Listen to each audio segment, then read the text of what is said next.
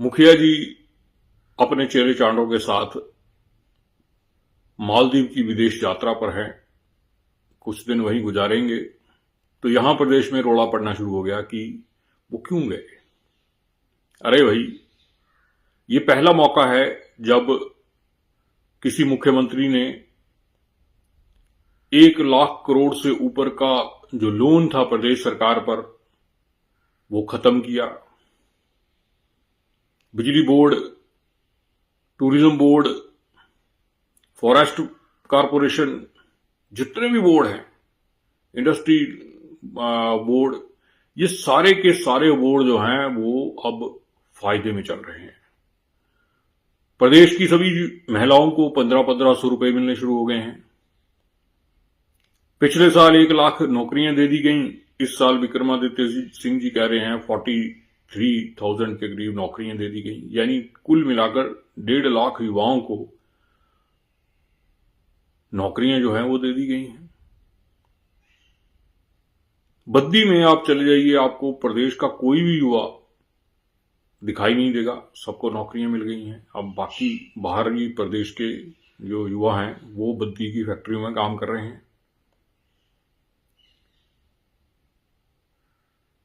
इतना सब कुछ करने के बाद भी आप देखिए, जितने भी पेंशनर हैं उनको टाइम पर पेंशन मिल रही है। जितने भी सरकारी कर्मचारी हैं उनकी कोई देनदारी अब प्रदेश सरकार पर नहीं बची है। सारे एरियर्स जितने भी देने थे वो सारे दे दिए गए हैं। प्रदेश की सारी सड़कें जो हैं वो चकाचक हैं, हर घर में बिजली है, हर घर में पानी है। इतना सब होने के बाद अगर मुखिया जी अपने चेले चांटों के साथ मालदीव की यात्रा पे चले गए तो इसमें हो हल्ला मचाने की क्या जरूरत है? क्या कभी किसी प्रदेश के मुख्यमंत्री ने इस तरह के काम किए कि सारे लोन चुकते कर दिए, महिलाओं को 1500 रुपए देना शुरू कर दिए, युवाओं को 1.5 लाख युवाओं को नौकरियां दे दी? अब कोई घर ऐसा नहीं बचा जहां से कोई युवा बेरोजगार हो। किसी कर्मचारी से पूछ लीजिए आप जाकर कि भाई आपकी कोई देनदारी है, तो वो कहेंगे नहीं है। किसी पेंशनर से पूछ लीजिए कि कोई देनदारी है, तो वो कहेंगे नहीं है। किसी गांव में चले जाइए, आप पूछ लीजिए कि कोई सड़क कच्ची है, वो कहेंगे नहीं है। अब जब गांव की सड़कें पक्की कर दी गई हैं, चकाचक कर दी गई हैं, तो फिर जो बाकी सिटीज की या मेन रोड, मेन हाईवे, ये सारे तो बढ़िया से काम कर रहे हैं। अब इतना कुछ करने के बाद भी अगर विपक्ष या विनय शर्मा जैसे लोग उंगलियां उठा रहे हैं कि विदेश यात्रा पर क्यों गए, तो ये उनकी मानसिक संतुलन बिगड़ने की एक स्थिति आप मान सकते हैं। आज प्रदेश में जितने विकास के कार्य हुए हैं पिछले 3 सालों में, 2-2.5 सालों में, क्या कभी आपने देखे? क्या कभी आपने सुना कि इतने काम हो गए? हर गांव में खुशहाली है, हर शहर में खुशहाली है, गली चौक चौराहे हर जगह खुशहाली है।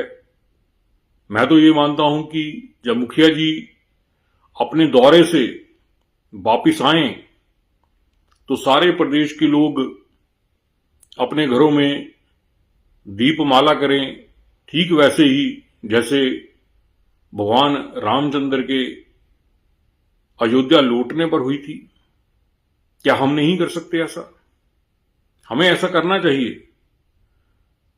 घी के दिए जलाने चाहिए, आतिशबाजी करनी चाहिए, पटाखे चलाने चाहिए, और इससे पूरे देश में मैसेज जाएगा कि देखिए हिमाचल प्रदेश में कितनी खुशहाली है, कितने काम हो रहे हैं, कि सारा कुछ खत्म करने के बाद ही मुखिया जी विदेश यात्रा पर गए हैं अपने पूरे लाव लश्कर के साथ, अपने सारे चेले चांटों के साथ।